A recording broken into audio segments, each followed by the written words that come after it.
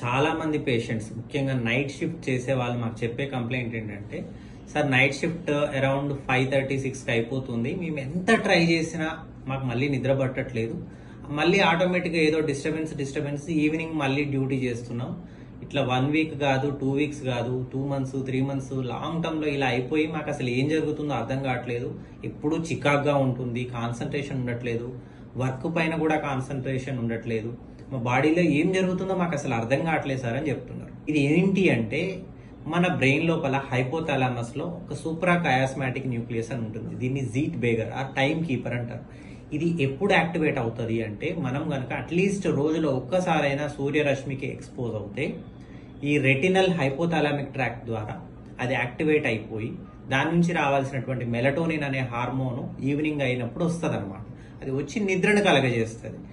అసలు మనం సంవత్సరాల తరబడి సూర్యరశ్మికి సన్ను చూడలేకపోవడం వల్ల ఈ ట్రాక్స్ అన్ని యాక్టివేట్ అవ్వట్లేదు. మన టైం కీపర్ అనేది దెబ్బతినిపోయింది. దీన్ని బయాలజికల్ క్లాక్ అని కూడా అంటారు.